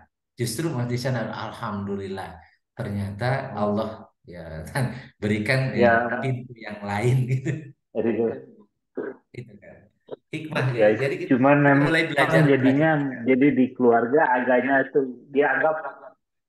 dianggap ini kan pembangkang jadinya gitu loh baik di rumah di keluarga di mana akhirnya itu yang saya apa jadi Iya, terasa banget iya, gitu itu ya aduh jadi sulit gitu iya, lah apa tapi ya sudah lah Bang. Ya, iya. tadi apa penguatan dari Ustadz saya jadi lebih Iya, yakin lah gitu lah. Walaupun harus lagi-lagi gitu. Nanti raga nanti gitu, di biarlah ujungnya Allah yang Alhamdulillah, untung, untung saya dulu tidak, gitu ya. Alhamdulillah, nanti ujung-ujungnya gitu. Dan ya, yang ya, ya. paling khawatir itu Amin, kita amin, nanti insya Allah. menyesal setelah ada di alam barzah. Itu yang paling rugi. Orang menyadari kesalahannya ketika Ya, dia hidup ya. dunia, tapi menyadarinya setelah di alam barzah itu yang nggak bisa minta berteriak-teriak mau kembali Iya, ke dunia, nggak ya. bisa gitu ya. Jadi ya itu. Kalau di dunia sih resiko paling banter mati, paling banter mati. Ya, ya, ya. Setinggi sekeras-kerasnya sanksi, siksaan macam-macam, maksimalnya mati. Dan mati itu tidak karena saksi, tidak karena siksa, tetapi karena ajalnya sudah tiba gitu. Jadi oleh karena itu ya Oh ya, sama saja, sama saja. Ya. Nah, kalau ya. kematian itu paling sama Atur saja. nuhun pisan Kang Ustaz. Sama-sama, Mangga. Atur nuhun pisan itu Kang. Ya, Ya, Mangga Assalamualaikum warahmatullahi sama-sama. wabarakatuh. Mudah-mudahan ini jadi penguat saya Kang, insya Allah. Siap, siap, insya Allah. Terima kasih Kang Ugut pertanyaannya, Ustadz atas jawabannya. Semoga menjawab dan menguatkan ya Ustadz ya. Iya, Baik, sip. kami persilahkan teman-teman yang lain yang Udah biasanya udah ini ya, tadi udah keluar wajahnya. Hilang sebelum lagi. sebelum yang lain Ustadz mau tertarik sedikit tentang yang apa Lanjut, lanjut. Saya belakangan aja. Silakan. yang apa akhlak dalam mengkritik penguasa gitu kan ya Ustadz. Hmm.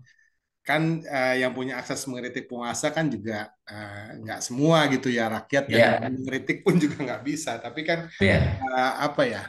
Mungkin ada jalur-jalur lain gitu ya, misalnya terjadi sesuatu orang melakukan aksi-aksi gitu ya, mungkin pemahaman aksi itu pun juga kan ada yang apa yang boleh mungkin atau tidak gitu. Pandangan Ustadz seperti apa Ustadz terkait itu? Katakanlah seperti kalau yang ini bukan penguasa nasional saja tapi dunia gitu ya, terkait Palestina itu hmm. kan penguasa dunia gitu ya. Dan kita meskipun sepertinya gitu ya, efeknya tidak ini, tapi apabila itu dilakukan oleh seluruh dunia, mudah-mudahan gitu ya Allah melihat dan itu bisa jadi apa ya, terkabulnya gitu ya doa kita dengan melakukan apa semacam Ya, aksi itu gitu ya Ustadz ya. ya. Kenapa tuh Ustadz? Silakan Ustadz. Ya, intinya gini, muhasabahul hukam itu bagian dari fardu kifayah. Jadi mengkritik penguasa, ya, kalau penguasa itu menyimpang dari kebenaran, itu fardu kifayah. Artinya kewajiban bagi umat dan ida akomahul ba'du sakoto anil bakin. Kalau sebagian sudah menunaikan tugas itu, maka yang lain gugur kewajibannya. Jadi ini hukum asalnya, jadi fardu kifayah ya. Tidak semua, makanya dalam dalam sistem Islam pun ada wakil, ya, ada wakil namanya majelis. Kalau di pusat namanya majelis umat, kalau di wilayah atau di provinsi itu namanya majelis wilayah. Itu perwakilan tokoh-tokoh dari masyarakat yang membawa aspirasi dari masyarakat. Dalam sistem Islam ada perwakilan. Walaupun beda tentunya fungsinya berbeda dengan sistem demokrasi. Kalau sistem demokrasi kan membuat undang-undang gitu ya, menyiapkan anggaran. Kalau dalam Islam hanya menyampaikan aspirasi dari masyarakat supaya nyampe aspirasi masyarakat itu nyampe ke penguasa.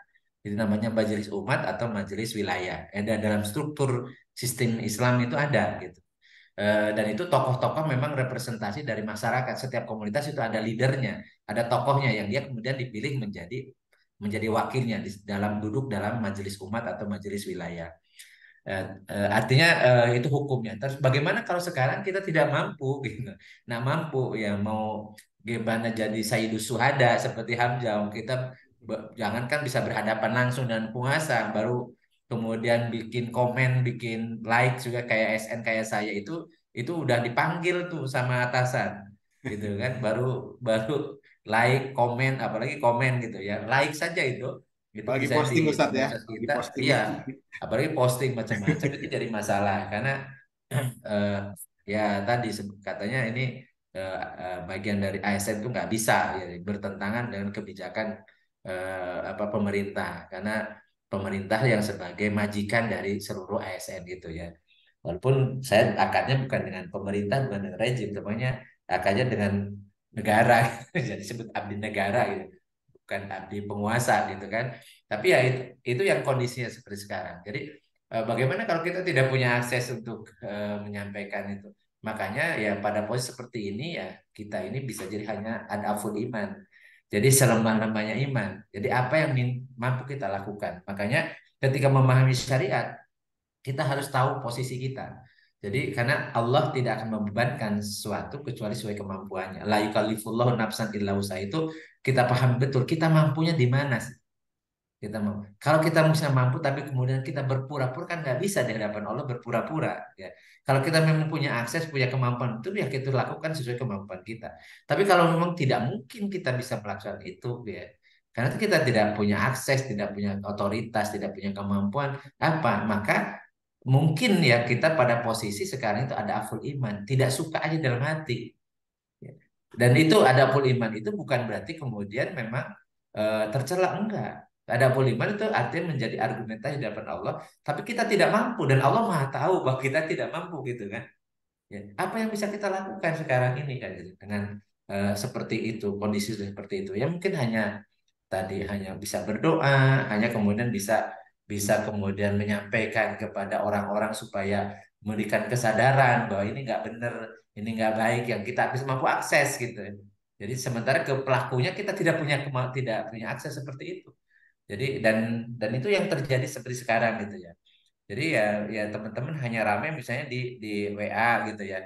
Ya rame di situ aja ya ya berdebat. Tapi ketahuilah bahwa itu kan sebenarnya tidak menyelesaikan masalah, tapi ada perasaan bahwa kita ini keberpihakan, kemudian itu ada gitu. Dan itu semua juga akan dinilai oleh Allah. Jangan sampai karena kita apa ya karena kita nggak mampu ngakses, ya udah cuek aja biarin aja gitu. Karena ini akan kena dengan hadis Rasulullah, man asbaha walayah tambi amrin muslim palesa minum. Siapa yang hidup di satu pagi tidak peduli dengan urusan umat ini, umat Islam itu, maka bukan dari golongan kaum muslimin. Jadi kalau kemudian tidak diakui sebagai umat Nabi Muhammad ini kan menjadi masalah kita ya. Minimal kita perhatian, kita peduli, walaupun mungkin kita tidak bisa memberikan solusi atau akses kita terbatas kan gitu ya.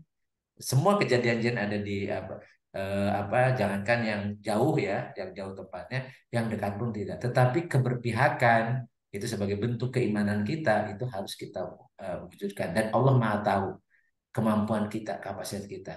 Ya contoh misalnya kalau sekarang misalnya kita ke Palestina, kalau toh pun misalnya, ini misalnya pemerintah kita mengizinkan kita datang ke sana, mau berjihad, kemudian kita berhadapan dengan tank bajanya Israel, dengan apa rudal-rudalnya Israel, terus kita dengan apa? Kita dikasih F-16 juga mungkin malah gemeteran dulu karena nggak punya pelatihan itu kan gitu, punya kemampuan itu, malah jadi bisa jadi beban saudara-saudara kita yang sedang berjuang di sana. Ya bukannya kita membantu, malah kemudian jadi beban karena harus diselamatkan dan macam-macam kan gitu ya.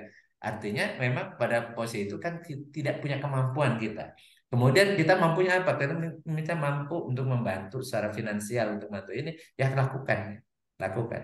Mampu hanya kemudian berdoa, ya lakukan. Gitu. Jadi sesuai batas kemampuan dan itu didasari betul-betul kesadaran karena Allah memerintahkan kita untuk itu. Jangan sampai kezoliman itu kemudian kita malah berpihaknya kepada musuh gitu ya.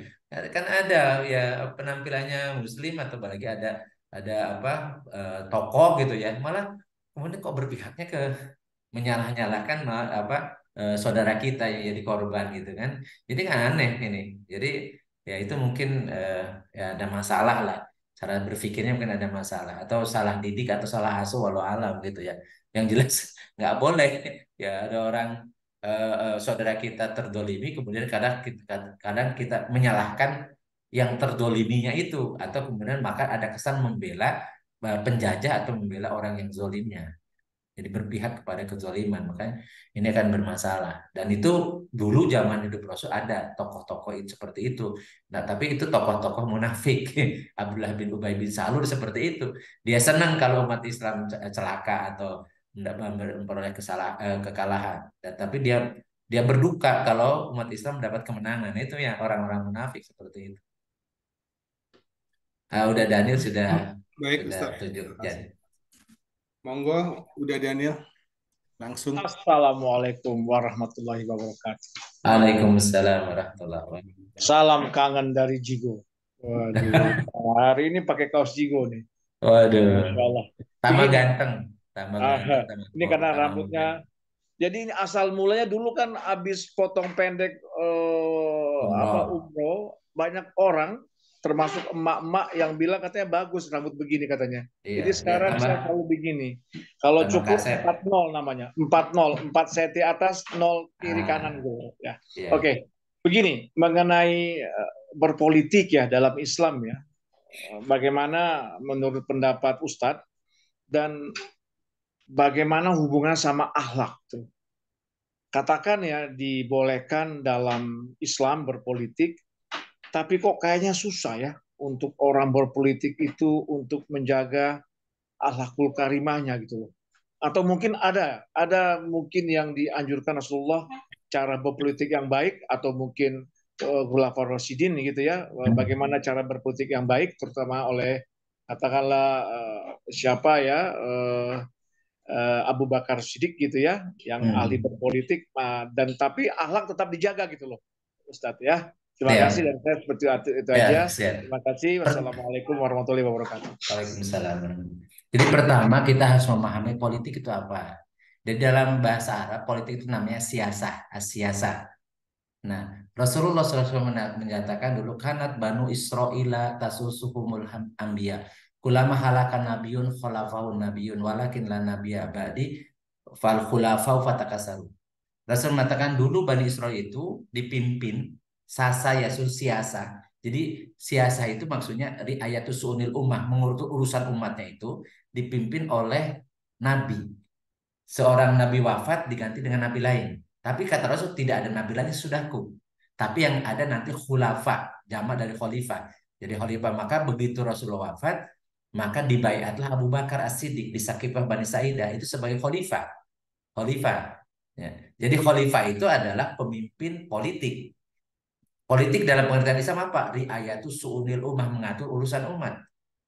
Urusan umat dalam seluruh aspek kehidupan. Itu namanya politik. Nah, jadi cuma definisi politik yang versi Islam ini kemudian seringkali ya sekarang ini posisinya tidak berjalan karena politiknya yang digunakan politik sekuler, yaitu bagaimana meraih kekuasaan, ya, meraih tujuan untuk berkuasa eh, dengan cara apapun yang mereka bisa lakukan. Itu yang terjadi pragmatis politik saat ini, yaitu politik orang-orang sekuler yang tidak lagi dia mengatakan jangan bawa-bawa agama kalau masalah politik. Padahal itu politik itu tidak lepas dari aturan Allah kalau dalam Islam. Karena politik dalam pengertian Islam itu justru mengatur urusan rakyat dengan menggunakan aturan-aturan Allah. Ya, aturan-aturan Allah karena memang kita ini disuruh menjalankan aturan Allah. Kan ketika Allah akan menciptakan Adam, kemudian Allah menyampaikan kepada malaikat, ini jailun fil ardi khalifah. Aku akan menjadikan di bumi ini khalifah. Khalifah itu maksudnya pengatur, pemimpin, pengurus gitu ya. Ngurusin apa? Ngurusin bumi ini. Jadi dulu Adam alaihissalam itu khalifah, orang makhluknya Adam. Kemudian dia fungsinya sebagai khalifah, pengatur, pengurus, ya, mengatur urusan-urusan di bumi ini. Gitu. Kemudian Adam berketurunan tuh Bani Adam. Jadi kita secara pribadi masing-masing kita sebagai khalifah untuk memimpin ngurusin urusan kita. Begitu kita menikah, urusannya bertambah tuh, urusan keluarga kita, bertanggung jawab urusan kepada lebih luas daripada urusan kita sendiri pribadi, urusan istri, urusan anak. Kemudian meluas lagi di tingkat RT, tingkat RW itu kemudian kita menjadi pemimpin-pemimpin ngatur urusan sesuai komunitasnya. Yang paling tinggi adalah ngatur urusan negara, seluruh aspek kehidupan dalam bernegara. Makanya itu disebut dengan pemimpinnya disebut dengan khalifah, atau ada yang sebutnya Roisud Daulah atau Imamul Mukminin dan seterusnya apapun namanya, tetapi intinya adalah mengatur urusan umat dari ayat sunil umat. Dan mengatur sunil umat itu harus menggunakan aturan-aturan Allah, karena Allah lah yang menciptakan umat ini, menciptakan alam semesta ini yang supaya diatur sehingga kemudian menjadi kemaslahatan bagi seluruh umat. Jadi adil makmur gemah ripah loh jinawi itu tidak mungkin terjadi kecuali kalau aturannya yang diterapkan adalah aturan dari pihak yang menciptakannya, yaitu dari Allah Subhanahu wa taala. Nah, itu definisi politik dalam Islam ya. Nah, cuman sekarang yang berlaku politiknya politik sekuler, yaitu dia tidak mau membawa agama dalam ketika meraih kekuasaan. Sehingga kemudian wajar kalau berpolitik dalam dunia sekuler sekarang ini. Karena politik itu identik dengan curang, identik dengan bohong, identik dengan suap, identik dengan korupsi dan seterusnya. Sehingga kemudian kesannya bahwa politik itu adalah apa kotor gitu. Jadi ya harus dijauhi gitu. Ini kan apa karena dari awal definisinya yang salah dan prakteknya yang salah kan gitu ya. Jadi makanya kalau kita menyuarakan bahwa Islam wajib berpolitik, tapi tentunya berdasarkan aturan Islam kan gitu ya. Jadi kalau kita kemudian mengikuti kondisi perpolitikan sekarang, di mana tadi politiknya politik yang dari Barat tadinya, ya kan dari sekuler itu memisahkan agama dari kehidupan, kemudian muncullah kapitalisme. Kapitalisme kemudian ketika dalam bernegara ada demokrasi. Walaupun demokrasi hanya slogan doang, karena pada kenyataannya tidak ada dari rakyat oleh rakyat untuk rakyat. Tetapi yang ada adalah dari para konglomerat, dari para kapitalis, apa pemegang apa uang besar gitu ya. Kemudian dilakukan oleh wakilnya, disebut wakil rakyat tapi wakil dari para oligarki, kemudian kemudian untuk siapa ya, untuk oligarki lagi, makanya disebut dengan sistemnya kapitalisme, karena yang mengendalikan itu bukanlah rakyat, bukanlah wakilnya, tetapi yang mengendalikan adalah para kapitalis, pemegang uang. Jadi apa, para konglomerasi atau oligarki sekarang, seperti sekarang itu faktanya tentang demokrasi. Demokrasi itu ternyata dalam prakteknya tidak ada. Dalam praktek tidak ada gitu. Yang sebagaimana teori yang kita pelajari dulu tentang demokrasi ya, tentang trias politika, ada legislatif, ada yudikatif, ada eksekutif, macam-macam. Pada pelaksana ternyata enggak. Dan sekarang juga kita lihat gitu ya. Makanya bagaimana jadi wakil harus punya modal untuk jadi apa di DPRD DKI saja katanya harus minimal berapa miliar kan gitu untuk ya, dan seterusnya. Artinya bagaimana mungkin kalau seandainya itu bukan bukan apa bukan intervensi dari pemegang uang, karena kalau besar seperti itu siapa yang bisa, dan tidak mungkin menjadi wakil gitu. Jadi kembali lagi tadi ke kondisi pertanyaannya, kalau kondisi seperti sekarang memang jadi masalah. Ketika kita cerita tentang politik yang pragmatis sekarang, maka kita harus merelakan merelakan atau mengorbankan akhirat, mengorbankan kebahagiaan abadi hanya untuk meraih kepuasan sesaat, menjadi penguasa, menjadi macam-macam lah, punya uang. Dan itu apa sangat nista kalau dalam pandangan Islam ya. Jadi orang mengorbankan akhirat yang kholidina fiha abada untuk hanya meraih kekuasaan sesaat, karena akan berakhir pasti. Sehebat apapun, ya apa kuasa apapun, seperti contohnya Firaun, ternyata dibatasi oleh ketentuan Allah yang dia ditenggelamkan di Laut Merah kan gitu ya. Jadi sekaya apapun, seperti misalnya apa Korun gitu ya. Jadi yang luar biasa kayanya ternyata ditenggelamkan bahkan dengan hartanya. Ya. Jadi nggak ada yang abadi gitu. Jadi apakah orang-orang ini tidak berpikir bahwa dia sedang mengorbankan akhirat yang kholidina fiha abada, nikmat yang sangat besar hanya untuk mendapatkan nikmat yang sementara yang kecil. Apalagi kita paham dengan keyakinan kita kalau di dunia ini sudah ditakar, rizki kita sudah ditentukan, apa umur kita sudah ditentukan, semua apa yang kita raih di dunia itu tidak akan mungkin lepas dari apa yang telah Allah tentukan. Itu yakin. Dan sementara apa yang akan kita peroleh di akhirat tergantung yang kita lakukan sekarang. Apakah kita mau kemudian mengorbankan sesuatu yang di dunia ini sudah dijamin, sementara di akhirat belum ada jaminan, tergantung kita gitu. Jadi makanya kalau saya sarankan misalnya udah Daniel untuk kemudian berkecimpung di dunia politik saat ini, mungkin berpikir 1000 kali lah gitu ya. Jangan sampai mengorbankan ya alam barzah dan alam akhirat ya, kebahagiaan di alam kubur dan akhirat itu hanya untuk meraih sesuatu yang tidak mungkin akan diperoleh kalau Allah tidak menentukan. Tidak mungkin kita akan mendapatkan kalau memang Allah tidak menyiapkan. Tidak mungkin kita menjadi penguasa kalau Allah tidak menakdirkan kita menjadi penguasa. Walaupun kita sudah berkorban macam-macam gitu ya. Karena semua yang di dunia ini tergantung apa yang telah Allah tetapkan. Jadi ujungnya hasilnya itu ada di tangan Allah, ya, bukan di usaha kita gitu. Itu yang ingin itu pendapat sebenarnya saya. Jadi tapi kalau misalnya untuk tadi misalnya politik dalam Islam, ya nanti udah Daniel kalau dalam Islam sih ya politik dalam Islam mengatur urusan umat. Umatnya paling kecil siapa? Keluarga. Bagaimana mengatur urusan keluarga berdasarkan hukum Allah. Ah, itu semua jadi ibadah. Itu semua akan dibawa ke akhirat. Ya. Tapi Amin. kalau Amin. kan gitu ya. Ya harus. Ya kita paling sekarang ini jadi pemimpin pemimpin keluarga kan atau Betul. misalnya jadi pemimpin di perusahaan. Nah, bagaimana agar Betul. itu diatur untuk bisa dibawa ke akhirat, memberi manfaat kepada orang banyak kan gitu ya.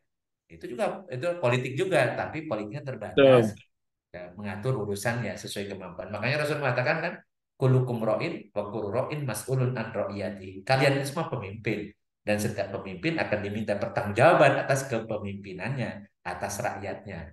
Kita jadi pemimpin untuk diri kita, untuk istri dan anak kita. Kalau di perusahaan jadi pemimpin untuk ya bidang kita atau tadi unit kita atau tadi apa struktur yang kita mampu untuk kita kendalikan bagaimana itu dalam rangka ibadah sehingga semua kemanfaatan itu akan dibawa menjadi bekal di akhirat. Karena Rasul mengatakan khairun nas Amin. anfa'uhum linnas. Sebaik-baik kalian adalah yang paling banyak manfaatnya untuk manusia yang lain yang banyak. Jangan sekali-kali kalau kemudian kita tahu itu resikonya celaka di akhirat, nggak usah. Dekat pun jangan lah. Deket-deket pun nggak. Kemudian ya berusaha untuk kemudian menghindar. Ya, karena kita sayang, ya sayang kesempatan sebentar di dunia ini kalau kemudian kita mengorbankan kebahagiaan abadi. Karena kata Rasulullah kan ketika melewati lautan, tahukah kalian ya dunia ini. Rasul celupkan apa telunjuknya, kemudian inilah nikmat dunia, air yang ada di dalam jari-jari itu ya, yang telunjuk beliau ya. Sedangkan kebahagiaan akhirat itu yang tersisa di samudera yang sangat luas.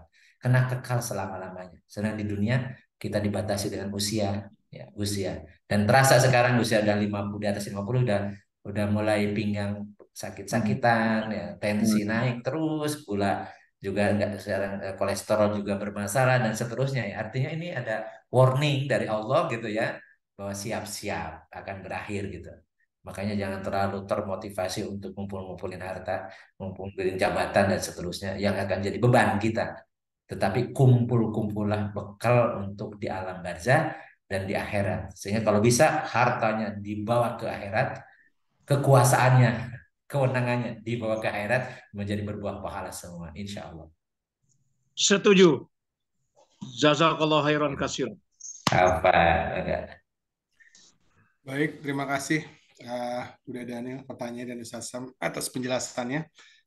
Sudah setengah 10 Ustaz, kurang 3 menit di Kaltim sudah setengah 11 nih. Iya. Di Ya, Kaltim ada jadi Kang Cucu itu. ada Kang Cucu, ada Kang Muhsin juga tuh ya yang dari Oh, apa? iya, iya. Dari Ya, insya Allah. Padang. Makanya saya suka mengingatkan ya terkait dengan tahun politik ini biasa-biasa saja ya. Jadi kalau ataupun dukung juga biasa-biasa saja. Kalau ataupun misalnya benci juga benci biasa-biasa saja gitu. Jangan keterlaluan, jangan kemudian kita terbawa harus ikut caci maki, ikut menghina, ikut macam-macam ya. Karena itu semua akan balik ke kita lagi. Kan karena Allah mengatakan man amila solihan falinafsihi wa man asa'a fa'alaiha. Siapa yang beramal baik maka untuk dirinya dan siapa yang berbuat jahat pun akan menimpa pada dirinya juga. Jadi jangan kita terbawa arus sementara kita sebenarnya tidak dapat apapun gitu untuk dunia untuk akhirat kita ya. Ya, jadi ya kita menjadi wajar-wajar saja. Berpihak itu pasti manusia gitu ya. Berpihak kepada kebenaran itu pasti. Sebagaimana dulu Abu Bakar As-Siddiq itu senang ketika Romawi menang, senang ketika orang menang kemudian ya itu sudah tolong gitu ya karena kita berpihak kepada yang satu ide satu pemahaman gitu ya jadi itu dipuji oleh Rasulullah SAW. Jadi ketika turun ya apa surat Rum ya Ghulibatur Rum itu artinya memang keberpihakan itu pasti ada karena kita manusia gitu.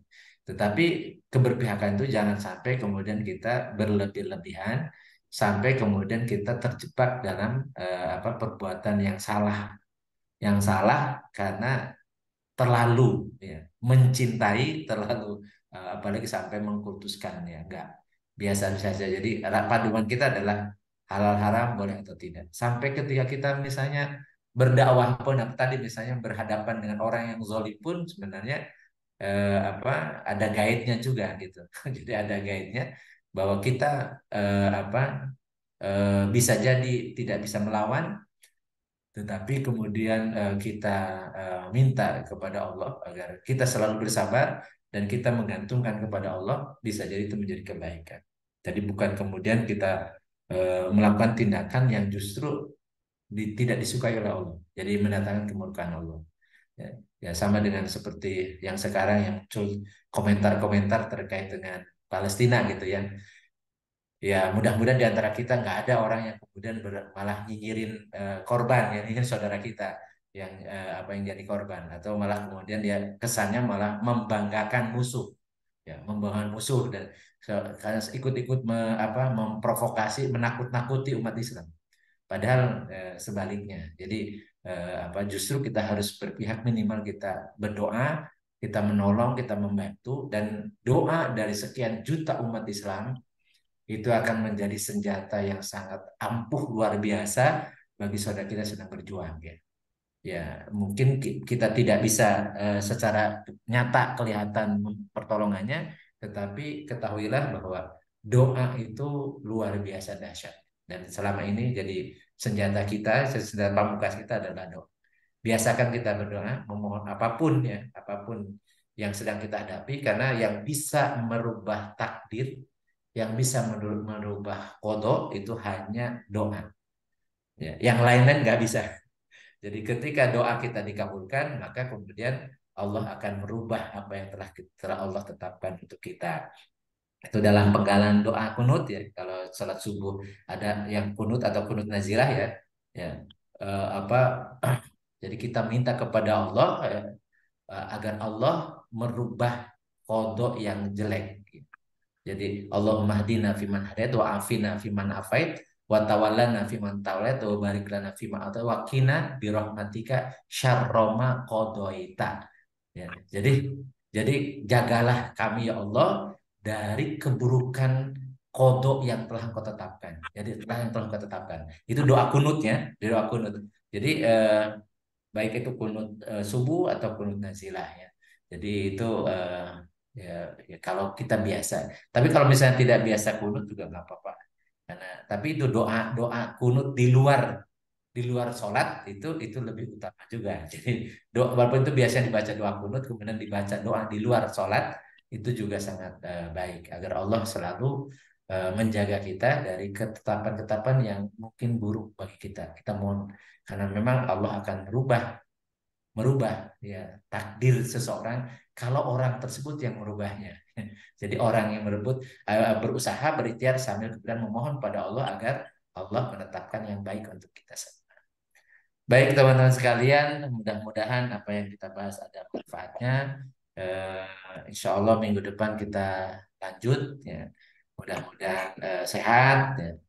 Dan teman-teman yang sedang sakit mudah-mudahan Allah sembuhkan, yang sedang kesulitan ekonomi mudah-mudahan Allah lapangkan rizkinya, yang kemudian punya anak yang sedang sekolah, yang mudah-mudahan Allah mudahkan, lancarkan, dan berikan rizki yang berluasa untuk mendidik anak-anak kita. Dan tentunya kita sangat harapkan kita ini husnul khotimah. Jadi di akhir hidup kita dalam keadaan baik. Allahumma sholli wa sallim wa barik ala sayyidina wa habibina wa karimina wa tuhrina wa lana Muhammad wa sallim radhiyallahu tabaraka wa ta'ala an kulli sahabati rasulillahi ajmain. Allahumma anfa'na bima 'allamtana wa alimna ma yanfa'una wa zidna ilman nafi'an. Allahumma yassir lana umurana kullaha wa la tu'assir alaina. Allahumma hasil maqasidana. Allahumma rabbana ishfi syafi la syifaan illa syifauka syifa'un la yughadiru saqaman. Rabbana la tuzigh qulubana ba'da idh hadaitana wa hab lana min ladunka rahmatan innaka antal wahhab. Rabbana atina fid dunya hasanah wa fil akhirati hasanah wa qina adzabannar. Wa sallallahu ala sayyidina Muhammadin wa ala alihi wa sahbihi wa barik wa sallim. Subhanakallahumma wa bihamdika asyhadu an la ilaha illa anta astaghfiruka wa atubu ilaik. Subhana rabbika rabbil izzati amma yasifun wa salamun alal mursalin walhamdulillahi rabbil alamin. Billahi taufiq wal hidayah. Assalamualaikum warahmatullahi wabarakatuh. Waalaikumsalam. Waalaikumsalam. Warahmatullahi wabarakatuh. Terima kasih Ustaz Sam. Nah, semuanya ya. Terima kasih semua. Ya, Assalamualaikum. Waalaikumsalam. Waalaikumsalam. Kang Gugut, Ah. Kang Yo, Cucu. Kang Dani, yo.